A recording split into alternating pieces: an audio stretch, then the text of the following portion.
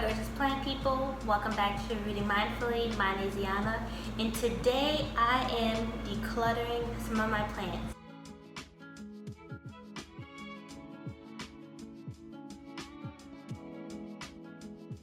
Hey guys, welcome back to the channel. So like I said, today I am decluttering some of my plants, and no, this is not because I bought too many plants during the pandemic or because I'm just sick of my plants. This is just because, like I said in a previous video, I just like to declutter my plants every couple times a year. I say about 2 to 4 times. I like to go through my collection and just declutter any plants that I'm not feeling anymore, that I'm not passionate about, or that are not doing well in my collection, just because it's a good practice to have, especially in all areas of your life. I do this with everything in my life. And so I'm just going to show you a couple plants that I'm not vibing with anymore, and I'm pretty sure I mentioned some of these in my houseplant tour, that they were kind of on borrowed time. And so the first plant that I'm decluttering, and you guys are gonna be like, whoa, some of these plants look bad. But the first plant that I'm decluttering is my Calathea Maui Queen. You can see this plant is it's a goner. But the reason why I'm just decluttering this plant, and you would have seen in my previous video that it was a beautiful Calathea, and it looked amazing. For some reason, this is the only Calathea in my collection that just gave me a hard time. I was trying to get the lighting right. You guys have seen that I was trying to get the lighting right in order to keep the purple backing. And after a while of putting it in different parts of my house, trying to maintain that lighting, it just started to decline. I'm pretty sure it came down with spider mites, which is weird because, like I said, it's the only Calathea to give me difficulty. But yeah, so that's the first plant in my collection that I'm decluttering. And yeah, I don't really feel bad about it. Like I said, that's the only Calathea or a prayer plant in my collection that didn't do well out of about 15 that I have. So you win some and you lose some. The next plant that I'm decluttering is my crinkle fern.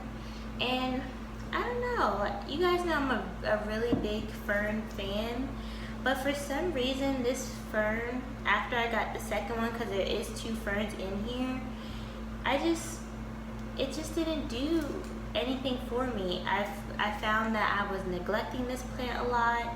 I would put it in an area that didn't have a lot of light. I would forget to water it. And I just feel like if I'm going to neglect the plant, it's better that I just pass it along to someone else, so that way they could take better care of it. And that way it's just not struggling in my collection or being forgotten about or neglected. So this is another plant that I'm going to pass along. Obviously, some of them will be passed along. They'll have to be garbage or compost because of the level of, disrespect that I've given them. The third plant is this Brazilian tree fern. I haven't had this fern very long at all. In fact, this is one of the only ferns that has given me a difficult time in my collection. I found this fern to be harder than my maidenhair fern, my Ming fern. This was just a really difficult plant for me. This fern needs a lot of water. It probably do better in a self-watering pot. But yeah, it just didn't do well for me. You can see it shriveled up from not having enough water. This one I feel like needs more water than my maidenhair fern. So sadly enough, it's gonna have to go to compost. But like I said, you can't be good at all plants. I do have a lot of ferns in my collection, and like I said, that one I found to be the toughest one for me. Next, we're going to move on to some Allocations. You guys know that Allocations aren't my favorite plants. I did want to try them because I saw other people trying them. I will have to admit that Allocations for me were kind of a trendy plant that I bought. not a plant that I wanted, you know, that I really wanted because I thought I would like it, or you know, anything like that. It was just something that I saw on Instagram, and after watching other people's YouTube videos, that I wanted to get one for myself. But this is my Alocasia Black Velvet. Now what I do like about this plant is the, you know, the veining in the dark. You know how the dark foliage makes the veining pop. But what I don't like about this plant is the fact that I struggle to get a fuller plant. If you do miss some waterings, it will not be able to hold all of the leaves. And as you can see, this leaf is falling off. I actually think maybe I hurt this leaf somehow, but it is putting out another leaf here in the middle. But like I said, in my mentality video, I am starting to travel more, and so some of these plants haven't been doing well with, you know, my recent travels, and the Allocasias are one of them. For some reason, again, my Calatheas are doing better than these plants, but I'm just not a fan of plants that just can't hold more leaves. I mean, I know it's possible, but just in my care so far, it's not possible for me. And so I'm just gonna have to pass these plants along. Maybe someone else can grow them better. I do like the size of the leaves that I have been able to get on this plant. I haven't seen a lot of people get the amount of, you know, the size leaves that I have been able to get, but it just doesn't do it for me in the end. And like Marie Kondo says, you thank your things for the joy that it's given you in the interim, and then you say goodbye. So that's what I'm doing. The next one is the Maharani. The same goes for the things I said about the Black Velvet. It is also coming in with a new leaf. But yeah, as I said before, they just don't do it for me. They don't hold enough leaves. I have to, you know, keep a hold of these plants. This will probably be another one I'd put in self-watering, but I also don't like to have a lot of self-watering. Not to mention that a lot of self-watering pots are expensive. I know that you could do other ways of having self-watering, but I like to have my terracotta pots, and I don't want a lot of doohickeys around my house, so this is another one. Now I have two more. One is my Philodendron Mammy. This plant looks absolutely terrible. This is one of two pieces that I had separated them to see if I could have a better, you know, chance of growth. This was the leaf cutting that I took, and then I also have the stem cutting. The stem cutting is doing a lot better. I'm actually going to keep that one, and I'll insert a picture of what that one looks like, but this one just did not do well. The leaf kept having this yellow speckling on the outside, and then it just shriveled up after a while, and so that's why this leaf looks like that. Even the new growth is kind of weird. So this plant is just a goner. I'm not going to try to save this one again.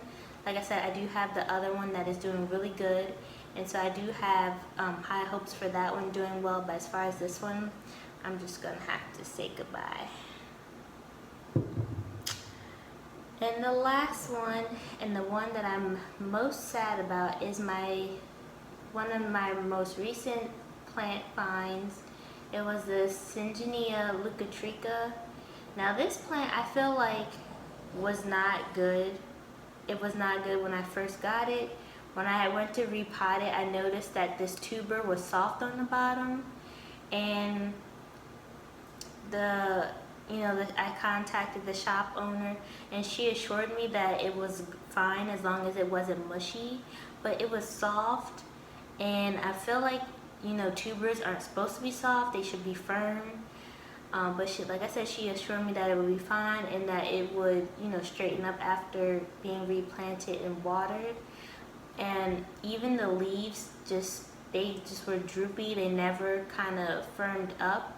And so I knew this plant wasn't doing well, but there's hardly any information about this plant. I have looked on YouTube, I've read articles, and there's just not a lot of information out there. I did see that you have to, some say you can grow this plant in low light, some say you should put it in bright light, some say you should put it in air mix, and that's what I have it in.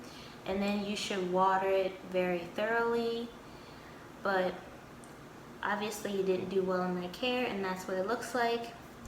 Now, while I try this plant again, I feel like this is the one plant that I really do want to try again. And I would probably order another tuber when the temperature goes down, because I think that was another mistake that I made, was ordering this plant when it was too cold. And so I will order this plant probably when the temperature is around 70-ish degrees, and so that way I can have the best possible chance, so that way it's not too hot and not too cold. But for now, I'm just gonna have to say goodbye to this plant, and yeah, that's about that. As far as my collection, I think the next video I'm going to do will be June favorites, because I'm running a little late on that video, and I want to show you that not all of my plants are doing terribly. I also am going to do a repot, because some of my plants need a repot. And oh, I want to do a fixer-upper series. Oh, and so comment down below if you guys want to see a fixer-upper series. I don't know what I'm going to call it yet, but there's some plants in my collection that needs some work. And so I was thinking about doing like maybe 5 plants a week, or maybe 3 plants a week, just so I can bring you guys on the journey of me fixing up my plants. Some of them just need like a leaf or 2 like snipped off. Others I'm going to chop all the way back, like a major refresh on the plant. And so yeah, let me know if you guys are interested to see that. And as well as comment down below if you guys have decluttered any plants from your collection. Like I said, I do this from time to time just so I can make sure all of the plants in my collection I'm actually excited about, I love, that I actually want to take care of. And you know, that way I don't get tired of my collection or feel like I'm bogged down by my collection. So yeah, comment down below. Thank you for liking and subscribing, and I will see you in the next one. Bye.